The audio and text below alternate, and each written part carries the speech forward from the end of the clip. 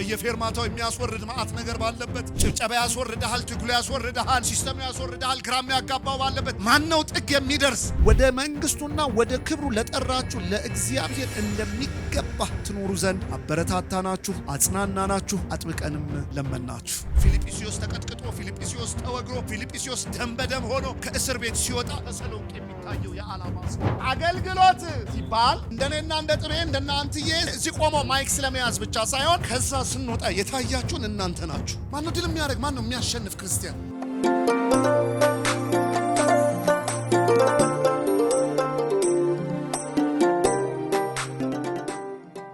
እዚህ ደግሞ ዛሬ ስለተገኘው የእውነት በብዙ ደስታ ነው ሁሌ የምመጣው። እግዚአብሔር በዚህ ቤተክርስቲያን ጥብዬ አብረውን በሚያገለግሉ እግዚአብሔር እየሰራ ስላለው ነገር በጣም ነው ጌታን የምባርከው። ደግሞ እንደመታደል ሆኖ ጆሞም ሄጃለሁ። አሁን ደግሞ እዚህም አየሁ። በጣም እግዚአብሔርን እየባረኩ ነው። እግዚአብሔር ደግሞ በዚሁ ብርታት እንደሚያስቀጥላችሁ አምናለሁ። የእግዚአብሔር አብሮነትና ሀሎት ድል ይሰጠናል። ክብር ለጌታ ይሁን። በልቤ ወደ ሞላው ሐሳብ እንሄዳለን። አንደኛ ተሰሎንቄ ምዕራፍ 2 ከቁጥር 1 እስከ ቁጥር 12 ያለውን አነባለሁ። እኔ የተወሰኑ እስከ ቁጥር 3 አካባቢ ነው የምቆየው፣ ግን ሙሉን ላንብብና እንጀምራለን። አንደኛ ተሰሎንቄ ምዕራፍ 2 ከቁጥር 1 ጀምሮ እስከ ቁጥር 12 አዲሱ መደበኛ ትርጉም ነው ያስኩት። እኔ በጌታ በኢየሱስ ክርስቶስ ስም አነባለሁ። ወንድሞች ሆይ ወደ እናንተ የመጣ ነው ለከንቱ እንዳልሆነ እናንተ ራሳችሁ ታውቃላችሁ። እንደምታውቁት ከዚህ ቀደም በፊልጵስዩስ መከራ ተቀበልን፣ ተንገላታን። ነገር ግን ብርቱ ተቃውሞ ቢደርስብንም እንኳ የእግዚአብሔርን ወንጌል ለእናንተ እንደምናበስር በአምላካችን ድፍረት አገኘን። የምናቀርበው ልመና ከስተት ወይም ከክፉ ዓላማ ወይም እናንተን ለማታለል ከመፈለግ የመነጨ አይደለም። ነገር ግን ወንጌልን በአደራ ለመቀበል እግዚአብሔር ብቁ አድርጎ እንደቆጠራቸው ሰዎች ሆነን እንናገራለን። ይህንም የምናደርገው ልባችንን የሚመረምረውን እግዚአብሔርን እንጂ ሰዎችን ደስ ለማሰኘት ብለን አይደለም። የሽንገላ ቃል ከቶ እንዳልተናገርን ወይም ስስትን ለመሸፈን ብለን አስመሳዮች እንዳልሆንን ታውቃላችሁ። ለዚህም እግዚአብሔር ምስክራችን ነው። ከእናንተም ሆነ ከሌሎች ከማንም ከሰው የሚገኝ ክብር አልፈለግንም። የክርስቶስ ሐዋርያት እንደመሆናችን መጠን ሸክም በሆንባችሁ ነበር። ነገር ግን እናት ልጇን እንደምትንከባከብ እኛም በመካከላችሁ በየዋህነት ተመላለስን። የእግዚአብሔርን ወንጌል ብቻ ሳይሆን ሕይወታችንን ጭምር ልናካፍላችሁ ደስ እስከሚለን ድረስ ወደድናችሁ። ምክንያቱም እናንተ በእኛ ዘንድ ተወዳጆች ነበራችሁ። ወንድሞች ሆይ ጥረታችንንና ድካማችንን ታስታውሳላችሁ። በማንም ላይ ሸክም እንዳንሆን ሌትና ቀን እየሰራን ወንጌልን ሰበክንላችሁ። በእናንተ በምታምኑት መካከል ሳለን እንዴት በቅድስና በጽድቅ እንዲሁም ያለ ነቀፋ ሆነን እንደኖርን እናንተም እግዚአብሔር ምስክሮች ናችሁ። አባት ለገዛ ልጆቹ እንደሚሆን እኛም ለእያንዳንዳችሁ የቱን ያህል እንደሆነን ታውቃላችሁና። ቁጥር 12 ወደ መንግስቱና ወደ ክብሩ ለጠራችሁ ለእግዚአብሔር እንደሚገባ ትኖሩ ዘንድ አበረታታናችሁ፣ አጽናናናችሁ፣ አጥብቀንም ለመናችሁ። ክብር ለኢየሱስ ይሁን። እዚህ አብዛኞቻችን እናውቃለን ብዬ ተስፋ እንደማደርገው ይሄ የአንደኛ ተሰሎንቄ ሁለተኛም ተሰሎንቄ መልእክት ሌሎቹም የሐዋርያው ጳውሎስ መልእክታት በሙሉ ደብዳቤዎች ናቸው እና ይሄኛውም መልእክት ሐዋርያው ጳውሎስ በተሰሎንቄ ለነበሩ የአማኞች ማህበር በተሰሎንቄ ለነበረች ቤተክርስቲያን በዋናነት የተጻፈ ደብዳቤ ነው። ተሰሎንቄ እንግዲህ በመቄዶንያ ከነበሩ አውራጃዎች መካከል በእንቅስቃሴና በሰዎች ብዛት ጋር በተያያዘ ዋና የነበረች ከተማ ነች። የመቄዶንያም ዋና ከተማ ነበረች። ለነዚህ ሰዎች የጻፈበትን ምክንያት ከመናገሬ በፊት ትንሽ ነገር ወንጌል እንዴት ወደ ተሰሎንቄ እንደደረሰ ከሐዋርያት ሥራ ምዕራፍ 16 አካባቢ ጀምረን ትንሽ ነገር እየተመለከትን እንምጣና ዛሬ ወደምንመለከተው አንድ ነጥብ ብቻ ነው የምናየው። ወደሱ እንመጣለን። ምንድነው? ሐዋርያት ሥራ ምዕራፍ 16 ላይ እና ሐዋርያው ጳውሎስ በኤዥያ የነበራቸው አገልግሎት እየተጧጧፈ እየተስፋፋ ስደት ቢኖርበት ትግል ቢኖርበት ተአምራት ጋር እየታጀበ እየተስፋፋ ያለበት ጊዜ ነው የነበረው። አገልግሎታቸውን በዛ አካባቢ እየተንቀሳቀሱ ነበር። በኋላ አሁንም በኤዥያ አገልግሎታቸውን ለመቀጠል ሲሉ የኢየሱስ መንፈስ ቅዱስ ከለከለን ወይም ደግሞ ምሪት ሰጠን ይላል እና በኋላ ምሪት ያገኙበትን መንገድ ደግሞ በሐዋርያት ሥራ ላይ ሉቃስ ያሰፍርልን ምን ብሎ ነው የሚነግረን? ጳውሎስ በራእይ የሆነ ሰው ከመቄዶንያ ሆኖ ከኢሮፕ የሆነ ሰው ሲጣራ አየ። አግዘን እንጂ እኛን እርዱን ሲል አየ። በቃ እርግጠኞች ሆነን እግዚአብሔር የሚፈልገን ወደ መቄዶንያ ነው ወደ ኢሮፕ ነው ብለን አሰብን። ተሻገርን፣ ሄድን ነው። በዚህ መንገድ ነው የገቡት። ስለዚህ መቄዶንያ ሲገቡ መጀመሪያ የገቡባት ከተማ ፊልጵስዩስ ነች። አለ ምክንያት አይደለም ማነሳው፣ በኋላ ከማነሳው ነጥብ ጋር ስለሚተሳሰር ነው። ፊልጵስዩስ ነው። ፊልጵስዩስ እንደገቡ ምንም አይነት ምኩራብ አልነበረም። በወንዝ ዳር ነው ያስተማሯቸው። በኋላ በከተማዋ ላይ የነበሩ ዋና የሚባሉ ሴቶች እንደ ሊዲያ አይነት ቀይ ሐር ፈትል የምትሸጥ ጌታን ተቀበሉ። አገልግሎቶቻቸው እየተስፋፋ መጣ። በዚህ መካከል አንዲት ሴት በተለያየ አቅጣጫ ሰሞኑን እችን ሴት እያነሳው አለው የተለያየ ክፍል ሳነሳም የምትናገረው ንግግር ማር ነው፣ ግን ውስጧ ተአምር ነው። ምንድነው የምትለው? እና ሐዋርያው ጳውሎስ በተመላለሱ ቁጥር በፊልጵስዩስ ጥሪዋ ራሱ ሲገርም የልዑል አምላክ ባሮች እንደዚህ ብቻ ብላ እንኳን ብታቆም ራሱ ልብ ያሸንፋል። ግን እንደዚህ ብቻ ብላ አይደለም የምታቆመው። የልዑል አምላክ ባሮች ትልና ቀጣይስ እዩዋቸው የመዳንን መንገድ የሚናገሩ በቃቻውን ምን በቃ እኮ ጥሩ እግዚአብሔር ሰው ላከልን የምትላት አይነት ሴት ነች። አያሌ ቀን ነው ያደረገችው። አንድ ቀን ሁለት ቀን ሳይሆን አያሌ ቀን ነው ያደረገችው። እና ሐዋርያው ጳውሎስ ለየው። ለካ አፉ አካባቢ ነው ማር የሚንጠባጠበው እንጂ ከውስጥ አደገኛ መንፈስ አለ። ያውም አንድ ተራ መንፈስ ሳይሆን የከተማውን የንግድ እንቅስቃሴ የተቆጣጠረ ስፒሪት መንግሎ አስወጣው። አንዴ ባርኪያችሁ ልለፍ። ገና መልእክቴ ላይ አልደረስኩም፣ ግን እዚህ ጋር አንዴ ባርኪያችሁ ልለፍ። ይሁን እንደገና የዲዘርኒንግ ስፒሪት ይብዛል። ከተቀባባ ሜካፕ ጀርባ፣ አሪፍ ከሚመስል ነገር ጀርባ፣ ከሽንገላ ቋንቋ ጀርባ፣ ከመሽቆጥቆጥ ምናምን ጀርባ፣ ከሲስተሞችም ከሰዎችም ጀርባ ያለውን ስፒሪት የሚያሳይ አቦ ይብዛልን። በደም ጮክ በሉና አሜን። አወጣው። የልዑል አምላክ ባሮች የምትለው አፉ አካባቢ ነው። ውስጥ ለካ የሆነ ሚረብሻል። ሲያስወጣውን ቅድም እንዳልኩ ነው የከተማ ንግድ የተቆጣጠረ መንፈስ። በኋላ ንግዳቸው የተነካባቸው ሰዎች ከጀርባ መንፈሱም አለ፣ ተቆጡ። ስደት መጣ። እነ ጳውሎስ ላይ ያዟቸው፣ ቀጠቀጧቸው፣ ወገሯቸው፣ ወህኒ ጣሏቸው። እነሱ ወህኒም ማምለክ አያቆሙ። ምልበትን መንፈስ ትረዳላችሁ ብዬ አስባለሁ። አሁን ሐዋርያው ጳውሎስ እነ ሲላስ በወህኒ ተጥለው ሲዘምሩ የነበረው እስቲ ጩህ እየተከፋፈተ ይመስላል በጣም ስትጮህ ይከፈታል ብለው ነው። እርግጥ ነው እኮ ከአምልኮ ማግስት የሚመጣ ውጤት እንዳለ ሆኖ እሱን እየተናገርኩ አይደለም፣ እሱን እየነካው አይደለም፣ እንዳለ ሆኖ እነሱ ግን ቀጣይ ሊመጣ ያለውን እስቲ ፍርግርጉ ከተከፈተ እያሉ አልነበረም የዘመሩት። እስቲ እየተነቃነቀ ነው መሰለኝ ጨምር ብለው አይደለም። እነሱ እንትን ነው ማምለክ አየሬ ነው። ኮንፈረንስ ላይም ይዘምራሉ፣ እስር ቤትም ይዘምራሉ፣ የተመቻቸ ሁናቴ ላይም ይዘምራሉ። ባይመቻችም ጌታን ማምለክ እነሱ የንካ በንካ ጨዋታቸው ሳይሆን የመኖር የህልውናቸው መሰረት ነው። ስለዚህ ቢሞላም ይዘመራል፣ ባይሞላም ይዘመራል። የተመቻቸ ቦታ ላይ ቢኮንም ይዘመራል። እስር ቤትም ግን ቢሆን እስር ቤት የሚቋረጥ አምልኮ አይደለም ያላቸው። ምንም ይሁን ምንም ሲቹዌሽኑ ዝም ብለው ይሰጣሉ፣ ዝም ብለው ያመልካሉ። ለካ እውነትም እግዚአብሔር አምላክ መናወጥ አምጥቷል። የወህኒው መሰረት ተናወጠ፣ በሮቹ በሙሉ ተከፈቱ። ጠባቂያቸው ሁሉ ተጨነቀ። የመጣው ነው ታግሳችሁ ስሙኝ። ጠባቂያቸው በሙሉ ተጨነቀ።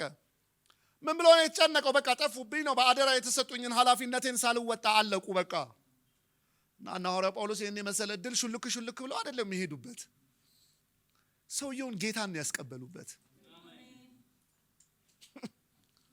እኔ ምን አገባኝ፣ ኧረ ይሄን አጋጣሚ ብለው አይደለም። ኧረ እባክህ አለን ባይሆን የሆነ እናስተዋውቅህ አንድ ወዳጅ አለን ነገ ብናድርም ሳምንት ቢወስድብንም ከዚህ በኋላ ይሄንን የመሰለ እድል ባለመጠቀማችን የሚመጣ ሌላ ነገር ቢኖር ራሱ ባናቅ ራሱ ቀጣይ ምን እንደሚሆን ዕጣ ፈንታ ምን እንደሆነ ባናቅ ራሱ በዚህ አጋጣሚ ግን ራሱን ሊያጠፋ የነበረን ሰው ተው እንዳታደርገው። በዚህ መልካም በሆነ አጋጣሚ እኛ ባገኘ ነው በማምለጫ ጊዜ ራሱ እኛ አለንልህ። ባይሆን አንድ ወዳጅ እናስተዋውቅህ። እንደዚህ የተወገርንለት እንደዚህ የሆነ ይሄ አሁን ይሄን የተመለከትከውን የመሬት መንቀጥቀጥ አምጥቶ መናወጥ አምጥቶ የከፋፈተውን እናስተዋውቀ ነው። ዛሬ መልእክት እዚህ ላይ ብቻ ራሱ ባቆም ደስ ባለኝ፣ ግን በልብ ያለው ይሄ አይደለምና በኋላ ቤቱ ሄደው ቁስላቸውን አጥቦ ጌታን ተቀብሎ በሚቀጥለው ቀን ተለምነው እነሱ ባይዘው ወይ ተለምነን እንወጣለን ብለው አይደለም፣ ይሁን ዓላማ አላቸው። ስለዚህ ምንም አይነት እድል ሲያገኙ ከዛ ዓላማ አንፃር ነው። በር ሲከፈት ማምለጫ ሲገኝ ከእስር ቤት ማምለጫ ምናምን ሲሰነጣጠቅ ከዓላማ አንፃር በኋላ ተለምነው ወጡ። 16ኛ ምዕራፍ የሚያልቀው ሐዋርያት ሥራ እንደዚህ ነው። 17ኛ ምዕራፍ ላይ ቀጥታ ሄዱት ተሰሎንቄ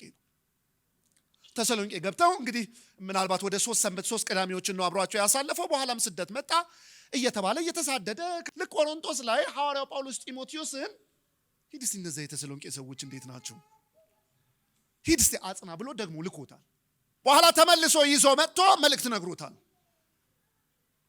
የተሰሎንቄ ሰዎች እንደዚህ ናቸው፣ እንደዚህ አይነት ጉዳይ አለ፣ እንደዚህ አይነት ጉዳይ አለ፣ እንደዚህ አይነት ጉዳይ አለ አረ ብሎ የጻፈው ደብዳቤ ነው። እናንተ የተሰሎንቄ ሰዎች ሆይ በመከራና በስደት መካከል ራሱ እንዴት መጽናት እንዳለባችሁ እወቁ። እንዲህ ባለ ሲቹዌሽን ራሱ ልከኛ የሆነ ክርስቲያናዊ ስነ ምግባር ያለበት አኗኗር እንደዚህ ነው። አንዳንድ ጥያቄዎች በመካከላችሁ እንዳለ ሰምቻለሁ። የጌታ መምጣት አሳሰባችሁ? በተራራ ላይ ቁጭ ብላችሁ ስራ ፈታችሁ እየተቀመጣችሁ ነው? እንደዛ አይደለም የጌታ ምጽአት። በመካከላችሁ ሰዎች ሲሞቱባችሁ ግራ ተጋባችሁ? እንዴት ጌታ እንደሌለው እኩል ታዝናላችሁ? ማዘን አለ፣ ግን ሐዘናችሁ በልክ ይሁን። እኛ እኮ ዝም ብለን የምንቀር አይደለንም። እነሱ ይነሳሉ ከዛኛ እንነሳለን እያለ የተናገረበት ክፍል ነው። ዝም ብዬ ምዕራፍ 2 ላይ እንዳልገባ ነው። እኔ አንዲት መልእክት ነው ዛሬ የምናገረው። ታዲያ ይሄንን መልእክት ባስተላለፈበት ደብዳቤ ላይ ምዕራፍ 2 ላይ ከቁጥር 1 እስከ ቁጥር 12 ሐዋርያው ጳውሎስ ስራዬ ብሎ አሁን በመናገረው የመልእክት አቅጣጫ ስራዬ ብሎ ይሄንን ለማስተላለፍ ነው የጻፍኩት ባይልም በጻፈው መልእክት ላይ ግን አንድ የሚቀር ትምህርት አለ። ምንድነው?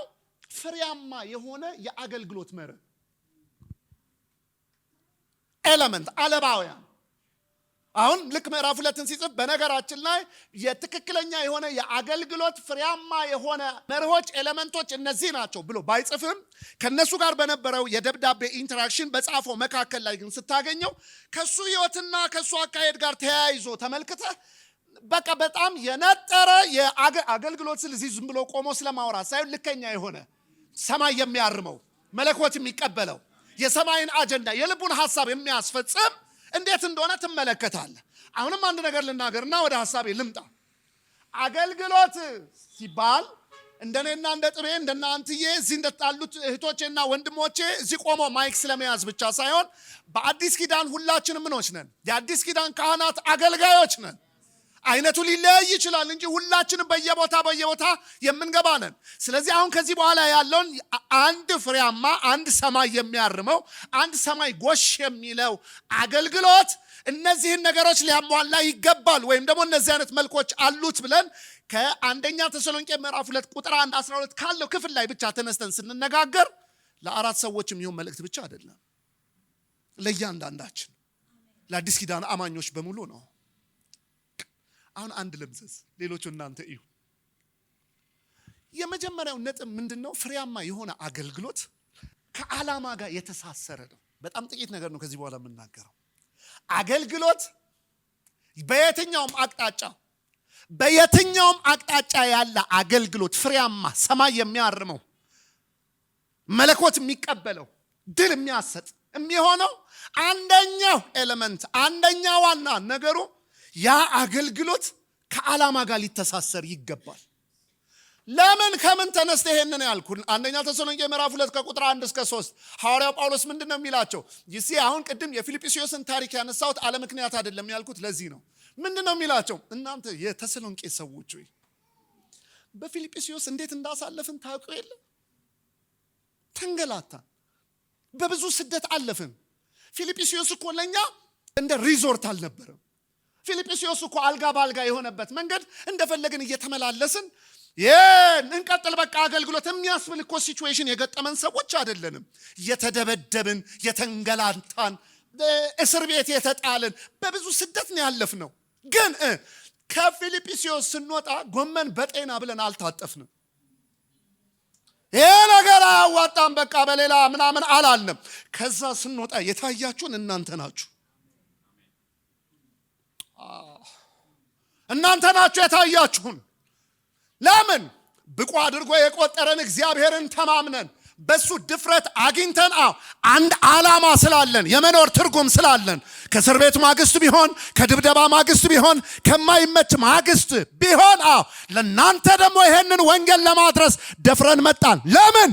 አገልግሎታችን ሲሞላ ሲሳካ ደስ ሲል ሳይሆን በሆነ ዓላማ የተያዘ ነው። ልጨርስ። ድል የሚያደርግ አገልግሎት እንደዚህ ነው። ከዓላማ ጋር አንተ የሚጠይቅ ለምንድን ነው ማገለግለው? ዋው! ለምንድን ነው ማገለግለው? ለምንድን ነው የምሰብከው? ለምንድን ነው የምወጣው? ለምንድን ነው የሚነጋልኝ? ለምንድን ነው አማኝ የሆንኩት? ለምንድን ነው የሱ ተከታይ የሆንኩት? ለምንድን ነው የምሮጠው? ለምንድን ነው ቡልቡላ የምመጣው? ለምንድን ነው ጆሞ የምሄደው? በእናንተ ኮንቴክስት ሐዋርያ ጳውሎስ እንደዚህ ነው የሚለው፣ ለምቾት ቢሆን ባልመጣን። ወደ ሌላ ስደት ለምቾት ቢሆን ባልመጣን፣ ለራስ ጥቅም ቢሆን ባልመጣን፣ የሆነ ነገር ምናምን ለማድረግ ቢሆን ባልመጣን፣ ግን አንድ የታመነው አለ፣ ድፍረት ያደረግንበት አለ። በእኛም ጉልበት አይደለም፣ በእኛም አቅም አይደለም። በእግዚአብሔር ግን ምን አድርገናል? ድፍረት አድርገናል። ምን ለማድረግ? ይህንን ክቡር የሆነውን ወንጌል እኛን ብቁ አድርጎ ቆጥሮ፣ እኛን ታማኝ አድርጎ ቆጥሮ ከፀሐይ መውጫ እስከ መጥለቂያ ለሰው ልጆች ሁሉ መዳን የሆነውን ቅዱሱን ወንጌል እጃቸው ላይ እንደተረከቡ ሰዎች ለእናንተ ይሄን ለማድረግ መጣን። እንዴት? በዓላማ ተደብድበህ ከእስር ቤት ማግስት ለምን? ዓላማ አለኝ እና ያን ዓላማ ሳየው ወደ ኋላ ማለት አያስችለኝም። ኧረ አይመችም። ወደ ሌላ ስደት ከ3 ሰንበት አታልፍም። መልሰ ደግሞ እያልክ ነው የምትቀጥለው። ቢሆንም ያየሁት አለ፣ የተነሳሁበት ዓላማ አለ። በዚህች ኮሪደር ከፍቼ ትንሽ ነገር ተናግሬ ላብቃ። ድል ያለው አገልግሎት እንዴት ነው? ሰማይ የሚያረመው አገልግሎት እንዴት ነው? የተሳካ አገልግሎት እንዴት ነው? የሆነ ሰሞን ላይ የወረተኛ የሆነ ምናምን ሳይሆን እግዚአብሔር አምላኩን ድፍረት አድርጎ እግዚአብሔር አምላኩን ተማምኖ በዓላማ የሚጓዝ። ክብር ለኢየሱስ ይሁን። ጌታ ኢየሱስ ክርስቶስ ፍጹም ሰው ፍጹም አምላክ በምድር በተመላለሰበት ጊዜ በሙሉ በዓላማ የተቀነበበ አመላለስ እንደነበረው ታውቃላችሁ። ከዓላማ ጋር የተያያዘው ምንም ነገር ሲያደርግ ከዓላማ ጋር ጌታ ኢየሱስ ክርስቶስ እያንዳንዱን እርምጃውን ሲራመድ ከምን ጋር? ከዓላማ ጋር። የተወሰኑ ፖይንቶች ላሳያችሁ። የዮሐንስ ወንጌል ምዕራፍ 3 ላይ ከኒቆዲሞስ ጋር ሲነጋገር ኒቆዲሞስ መጣና አንተማ መሲሁ ነህ አለ። ከእግዚአብሔር ካልመጣህ በቀር ይህን ሁሉ ልታደርግ አትችልም። ምን ነበር አሁን የኢየሱስ መልስ መሆን የነበረበት? ምን ባካ አላምን አሉ። እንደዚህ አይነት ፈጣን አማኝም ካለ ምናምን ነው እኮ ማለት ያለበት። ኢየሱስ ግን የመለሰለት መልስ ግራ ነው የሚያጋባው። አንተማ ነህ፣ አንተ መሲሁ ነህ፣ አንተማ ከእግዚአብሔር ከአብ የተላከው ነህ ሲለው አይደለም ያለው። ሰው ዳግመኛ ካልተወለደ በቀር የእግዚአብሔርን መንግስት አይወርስ። እና ኒቆዲሞስ ቀጥታ ዳግመኛ መወለድ ስትል መልሼ እናቴ ማህፀን ውስጥ ብሎ ግራ ገባው። ኖ በውሃና በመንፈስ ዳግመኛ መወለድ አለብህ። ከዛ ኒቆዲሞስ ግራ ገባው። ይሄ እንዴት ሊሆን ይችላል? ልክ እንደ ነፋስ ነው አለው። መንፈስ ቅዱስ እንደወደደ ይሰራል አለው። ምን እያለ ነው ጌታ? ስለምን እየተናገረ ነው ጌታ? አንተ ይሄ ሁሉ ተአምራት ሲለው አይደለም የሚለው። ባክ የመጣሁበትን ዓላማ ልንገርህ። ዳግም ልደት አግኝ። አሁን እኔን ማደናነቅ ልክ ነህ ምናምን ሳይሆን የሚያስፈልገው ዳግም ልደት ማግኘት አለብህ። እኔ አሁን የመጣሁት የሆነ ክብር እንድትሰጠኝ አይደለም። እሱንማ ትቼው መጣሁ። የመጣሁበት ዓላማ አለ። እናሳ ኖ አሁን ኒቆዲሞስ ሌላ ነገር አናውራ። ዳግም ተወለድ። ወደ እግዚአብሔር መንግስት መቀላቀል የምትፈልግ ከሆነ ምን እያልክ ነው? አሁን ዛሬ ከተነሳውበት ቶፒክ አንጻር ጌታ ኢየሱስ ክርስቶስ ምንም ነገር የሚያደርገው ከዓላማ ከመጣበት ተልእኮ አንጻር። ተመሳሳይ ታሪክ የማቴዎስ ወንጌል ምዕራፍ 4 ላይ ፈታኝ ዲያብሎስ መጣና አይደል መንፈስ ወደ ምድረ በዳ መራው በዲያብሎስ ሊፈተን። በኋላ ፈታኝ ዲያብሎስ መጣና የእግዚአብሔር ልጅ እንደሆንክ ይህንን ድንጋይ ዳቦ ሁን በለው አለው። አንድ ማብራሪያ ላይ ያገኘሁትን ሐሳብ ነው የምነግራችሁ፣ እኔ የምስማማበት። ፈተናው እስቲ የእግዚአብሔር ልጅ እንደሆንክ አሳየኝ አይደለም። እስቲ የእግዚአብሔር ልጅ ከሆንክ ቀይረውና ከቀየርከው ነህ፣ ካልቀየርከው ግን አይደለም ሳይሆን ፈተናው የእግዚአብሔር ልጅ ስለሆንክ አድርገው። ለምሳሌ ኪሴ ውስጥ የተወሰኑ 100 ብሮች አሉ። አንተዬ እኔ ለመፈተን ብሎ 100 ብሮች የሉትም ቢል ፈተና ነው። አንተ አርገው አይደል የሚል ፈተናው እሱን። ግን በተመሳሳይ ቋንቋ የውጭ ሀገር ገንዘብ ጠርቶ ወይ ፓውንድ ወይ ዩሮ የሉትም ቢል አሁን ለኔ ፈተና ነው እንዴ? የለኝም። ይህ አሁን ጌታ ኢየሱስ ክርስቶስ ጋር መጥቶ እስቲ ከሆንክ ልጅ ከሆንክ እስቲ ቀይረውና ልመን ሳይሆን እግዚአብሔር ልጅ አይደል ራብህ አይደል አድርገው፣ አውጣ፣ አሳየው፣ ክብርህን ለራስ አምጣ። በዓላማ የመጣ ጌታ አይደለም ድንጋዩን ዳቦ ማድረግ፣ እሱን ራሱ ድንጋይ አድርጎ ማቆም ይችላል። ግን የመጣበት ዓላማ ስላለ የሥላሴ ምክር አብ ወልድ መንፈስ ቅዱስ አንድ አምላክ ይዞ የመጣው አጀንዳ ስላለው የኢየሱስ መልስ ምንድን ነው? ሰው በእንጀራ ብቻ አይኖርም ከእግዚአብሔር አፍ በሚወጣ ቃል እንጂ። ይዤ የመጣሁት ዓላማ አለ። አሁን እኔ የኔን ልጅነት ለማሳየት ይሄው እያልኩ የምጫወትበት አይደለም። የመጣሁበት ዓላማ አለ። የመጣሁበት አጀንዳ አለ። ጨርስ ነው አላቫንቱ ሴፕሬዴ ባይ ዛሬ የሚረዱኝ ሰዎች አሉ፣ እየገባቸው ያሉ ሰዎች አሉ። ማን ነው ድል የሚያደርግ በዓላማ የሚያገለግል? ምንም ይሁን ምንም ሲቹዌሽኑ የጨብጨባ ቢመጣ ወገራ ቢመጣ ግራ የሚያጋባ ምናምን ቢመጣ ምንም ቢያመጣ ምንድነው ሩቅ የሚያስኬድ ዓላማ? ምን አይተህ ነው የተነሳኸው? ምን ገብቶ ነው የተነሳኸው? ምን ሰምተህ ነው የተነሳኸው? ምን ይዘሽ ነው የተነሳሽው? ዓላማ። ትንሽ እዚህ ጋር ልናገር።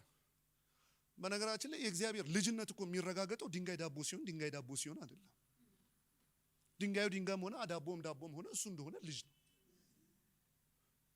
አንዳንድ ጊዜ እኮ ፈታኝ ዲያብሎስ እኛንም መጥቶ እንደዛ ይለናል አይደል?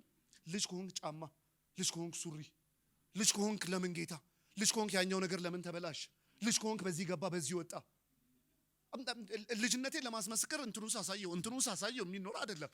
አዎ አባቴ የሚባርከኝ አምላክ ነው። አዎ አባት የሚያኖር ነው። ግን የኔ ልጅነት የተረጋገጠው ጫማ የገዛውለት አይደለም። የኔ ልጅነት የተረጋገጠው በምድር ላይ ያሉ የተወሰኑ ጥያቄዎች ሲመለሱ በአካውንቲንግ አይደለም፣ በሞላ በጎደለ አይደለም። የኔ ልጅነት የተረጋገጠው ቀራንዮ ላይ ወደደም ጠላም ልጅ ነኝ።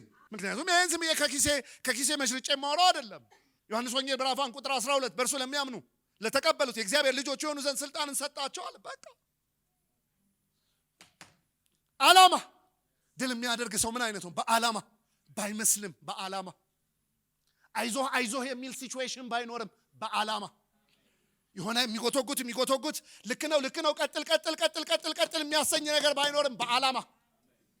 ሁለት ጥቅሶች ልንገራችሁና እያይዤ ልቀጥል። ዮሐንስ ወንጌል ምዕራፍ 12 ቁጥር 27 እና ቁጥር 21። እዛ ዮሐንስ ወንጌል ምዕራፍ 12 ቁጥር 27 እና ቁጥር 21 መጡና የግሪክ ሰዎች ሊያዩ ይፈልጋል አሉት። ምንድነው አሁን መሆን ያለበት መልስ? ከሶስት ያልፋል። አንደኛው እሺ ግቡ በሏቸው። ሁለተኛው እምቢ እንዳይመጡ። ሶስተኛ ምናልባት እዛ መሃል ላይ ነው የተወሰኑ ነገሮች ሊነገር የሚችለው። ጌታ ግን የግሪክ ሰዎች ሊያዩ ይፈልጋሉ ሲባል ኮምፕሊትሊ ሌላ ጥያቄ የተጠየቀ ይመስል የሰናፍጭ ቅንጣት ካልሞተች በቀር አትበዛም። እኒህ ነው እኮ ያሉት። ሰናፍጭ ቅንጣት ማለት ምን? የግሪክ ሰዎች ልናይህ እንወዳለን አሉ። ጌታ ኮስተር ብሎ የሰናፍጭ ቅንጣት ካልሞተች በቀር ይላል። ምን እያለ ነው ኢየሱስ? ምናልባት የግሪክ ሰዎች ጥበብ ሰምተው ነው የመጡት ሊያዩ።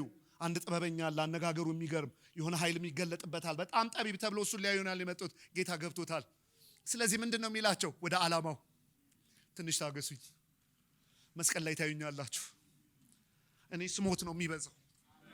አሁን ልብ ካላችሁ ማየት ከፈለጋችሁ የሚያድን አስተያየት ልንገራችሁ።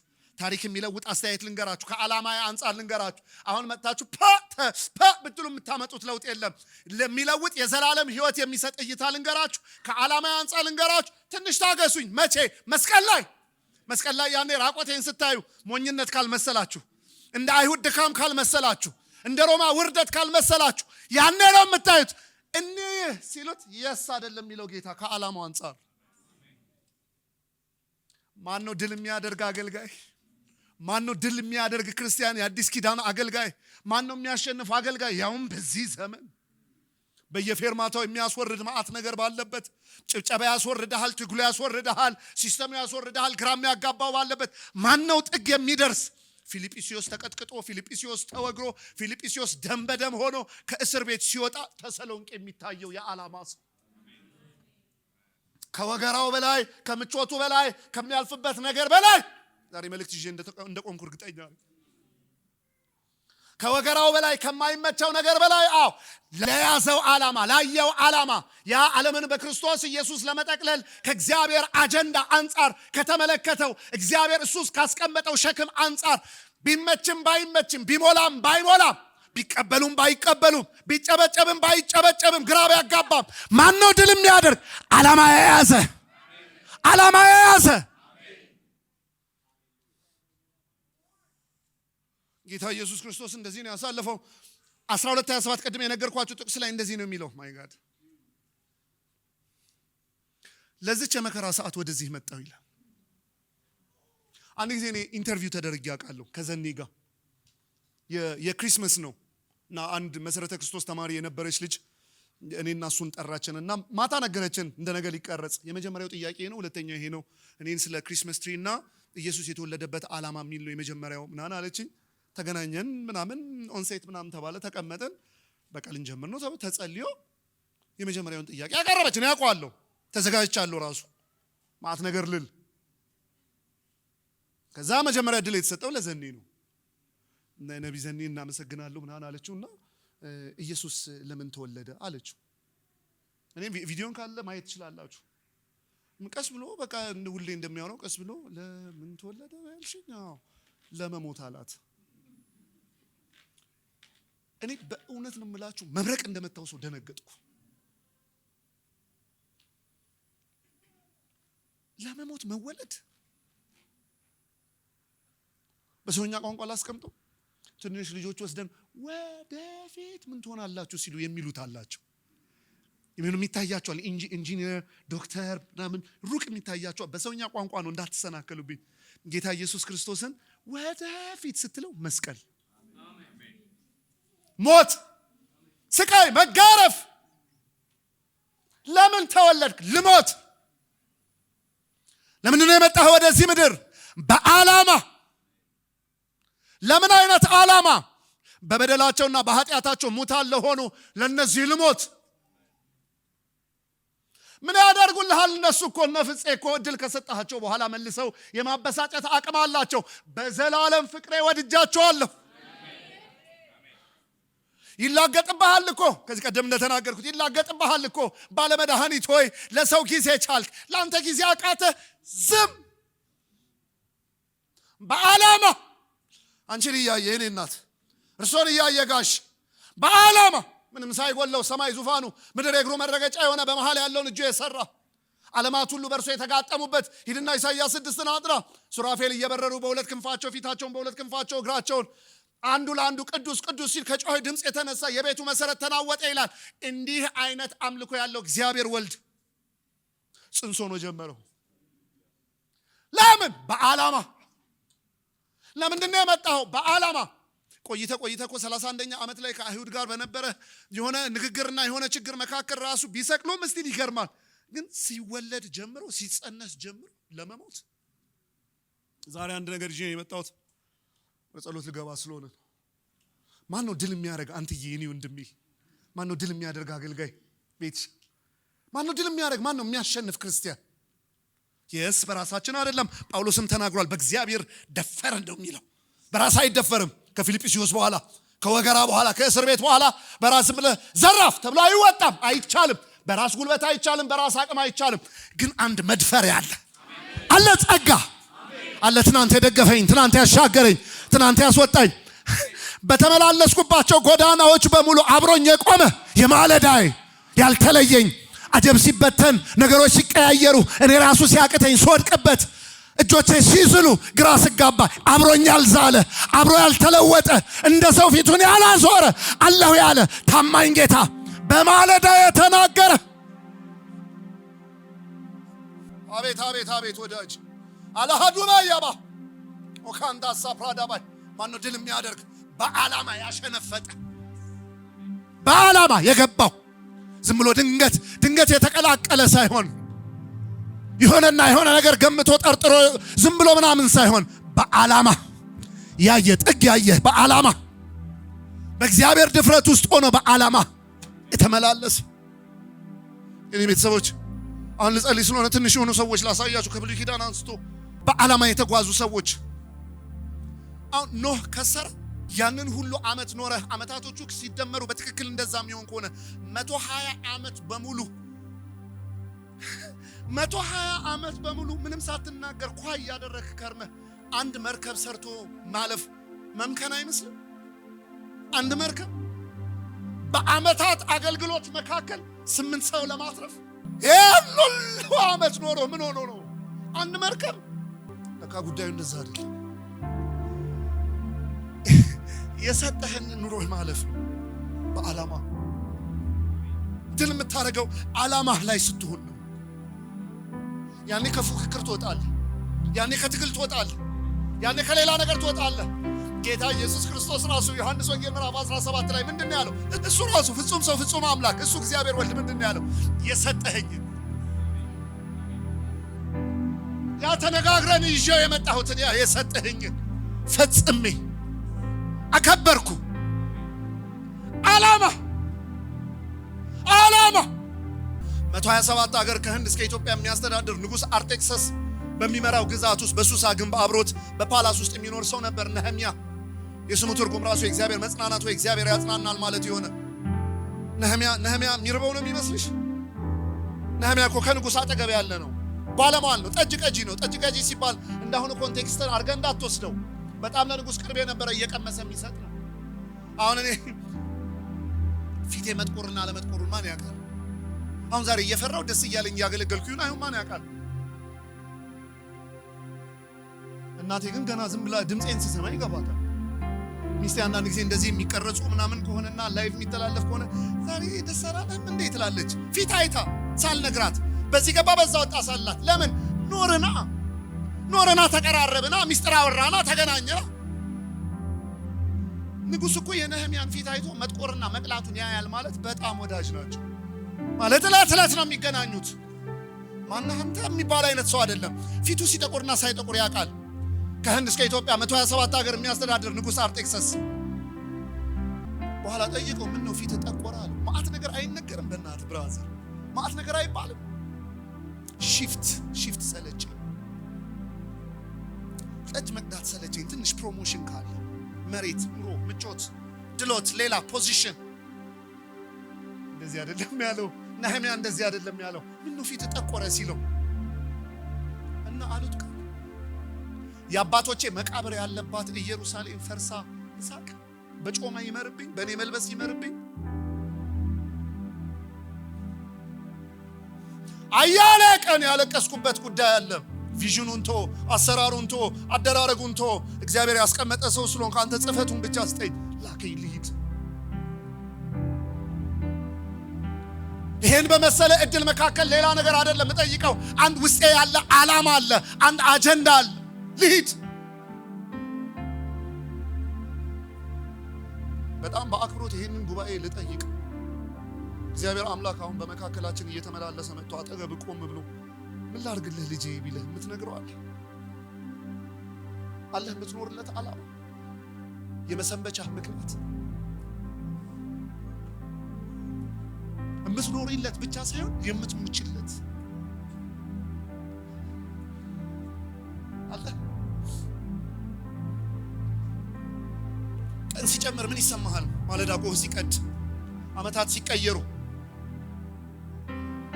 አለ የምትኖርለት ነገር፣ ዓላማ፣ የሰማይ አጀንዳ የገባ ስታገለግል፣ ስትሰብክ፣ ስትዘምር ድልማ የሚያደርጉ እንደዚህ በዓላማ የተቀነበበ ህይወት ያላቸው ናቸው። ፊልጵስዩስ ተወግረው ተሰሎንቄ የሚገቡ እናንተ የተሰሎንቄ ሰዎች ሆይ በሌላ ዓላማ አይደለም የመጣ ነው። አንድ የጌታን አጀንዳ ይዘን ነው።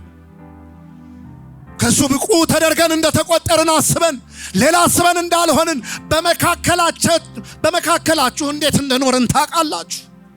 ወንጌልን ልናወራችሁ አለመጥፋትን ልንመሰክርላችሁ ነው የመጣ ነው። ዓላማ ጨርሱ። ትንሽ ማለት ግን አለ።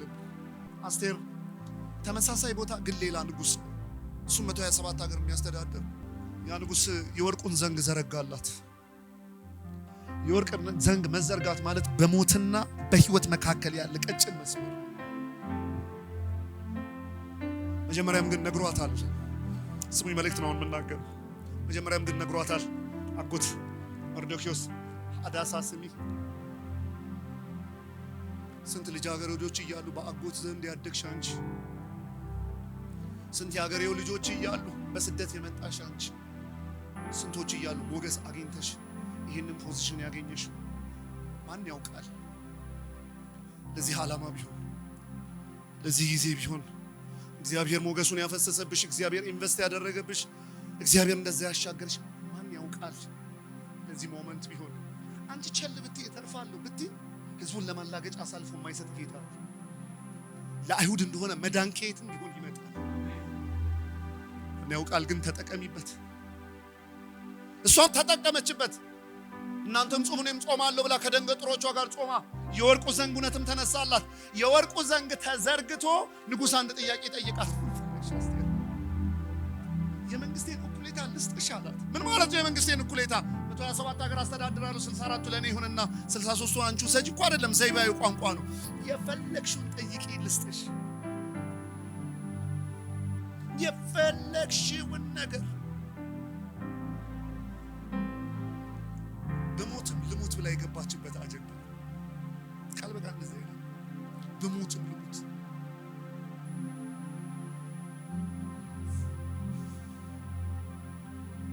የአስቴር መልስ ከእንትን የመጣው የሐር ቀሚሱ መሀል ለመሀል ተቀደደ አይደል? የአስቴር መልስ ደንገጡሪ አስተያየቷ ደስ አላለኝም፣ ሁለቱ ይቀየሩልኝና በእንትና ይተካል። ያ ጥልፍልፉ ጫማ ሁለት እንቁ ያለበት አንደኛው ተፈናጥሮ ጠፋ አይደለም የአስቴር ጥያቄ። የራሷ ኑሮና እኔም ብቻ አትርፈኝ አይደለም አንድ የጠየቀችው ንጉሥ ሆይ ዘንጉ ከተነሳ ምን ላደርግልሽ ካልከኝ ዛሬ ስለኔ ይጠየቅ። ኦፍ ኮርስ እኔም አለሁበት፣ ግን እሺ ካልክስ ህይወቴ በልመናዬ ህዝቤ በመሻቴ ይሰጠኝ።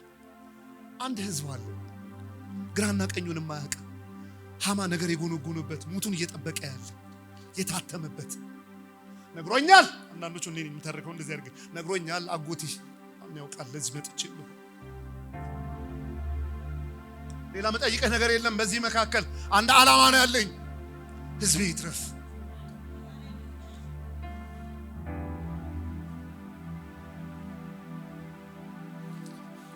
እኔ ዛሬ ትንሽ ልቀሰቅሳችሁ ፈልጋለሁ። አይደክምም ዝም ብሎ መብላት እየበሉ እየጠጡና አይሰማችም። አይሞላ የዚህ ዓለም ነገር አይሞላ። ጫማ ስትለው ሱሪ ይላል፣ ሱሪ ስትለው ሸሚዝ ይላል፣ ሸሚዝ ስትለው ኮት ይላል። እፎይ አሁን ተገላገልኩ ስትል ጫማ ረጅ ይላል። አይደክም።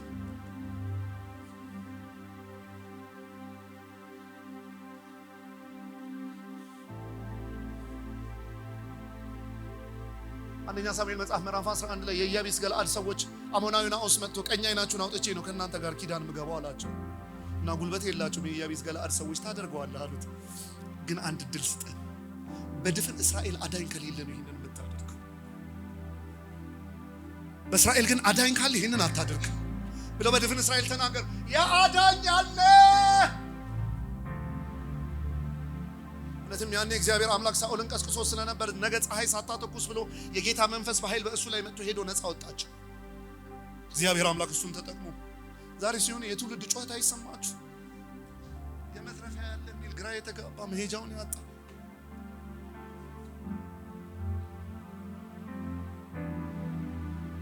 ማነው ድል የሚያደርግ አገልጋይ? ዓላማ ያለው ከራሱ የወጣ ከኪሱ የወጣ አያደርግም አይደለም።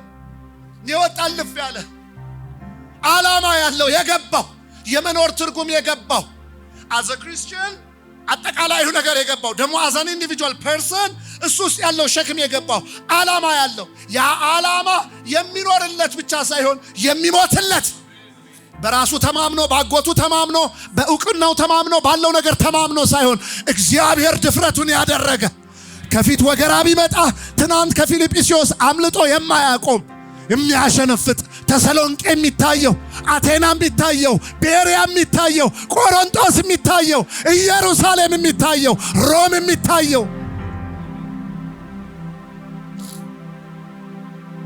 እኔ እንደ መልእክተኛ ተናግሬያለሁ። አባኪያ ጠይቅ እንጂ ማን ነኝ? ምንድነው የፈለግከው? አባ ምንድነው በእኔ ማድረግ የፈለግከው? ለምንድነው ይህን ሁሉ ኢንቨስት ያደረክብኝ? አባቴ ለምንድነው ያንን ሁሉ ሞት የተሻገርኩት? ለምንድነው እድሜ የተቀጠለው? ስንት ሰው እያለ ለምንድነው እኔ ቤት መጥተህ አንኳኩ? ምንድነው የፈለግከው? በዓላማ ድል የሚያደርግ ሰው እንደዛ ነው። ድል የሚያደርግ ክርስቲያን፣ ድል የሚያደርግ አገልጋይ ዝም ብሎ እየበላ እየጠጣ እያገሳ የሚኖር አይደለም። በዓላማ አላሃዶራ ባያባ መዝሙር 71 ላይ እንደዚህ ይላል፣ እስካረጅ ድረስ እስከሸመግል ድረስ እንዳትተወኝ ይላል። እኔ እንዳትተወኝ ሲል ሄደ መጣ እያልኩ አይደለም፣ ግን በቃ ተጠቀምብኝ። አልችልም ያለ አንተ በሌላ ቋንቋ ምን ማለት ነው? በቃ ቶታሊ ዲፔንደንት ነኝ አንተ ላይ እና ከዛ ስትል መልሱ እንደዚህ ነው፣ ለሚመጣ ትውልድ ምህረትህን እናገር ዘንድ። አየ ዳዊት ከቀን ቀን ሲነጋለት ንግስናው አይደለም የሚታየው። ከቀን ቀን ሲነጋለት መብላት መጠጣት ምናን አይደለም የሚታየው። ቀን ከተጨመረ እድሜ ከተቀጠለለት ሊያወራ በሱ ዘመን ላሉ መካከል እግዚአብሔርን ከኔ ጋር ታላቅ አድርጉት ለማለት ብሎ ደግሞ ለሚመጣው ጄኔሬሽን ደግሞ ሊናገር እግዚአብሔር ይታደጋል። እግዚአብሔር ካመድ ከትቢያ ላይ ያነሳል። እግዚአብሔር ያሻግራል። እግዚአብሔር ሰው ያደርጋል። እግዚአብሔር ያስበልጣል ለማለት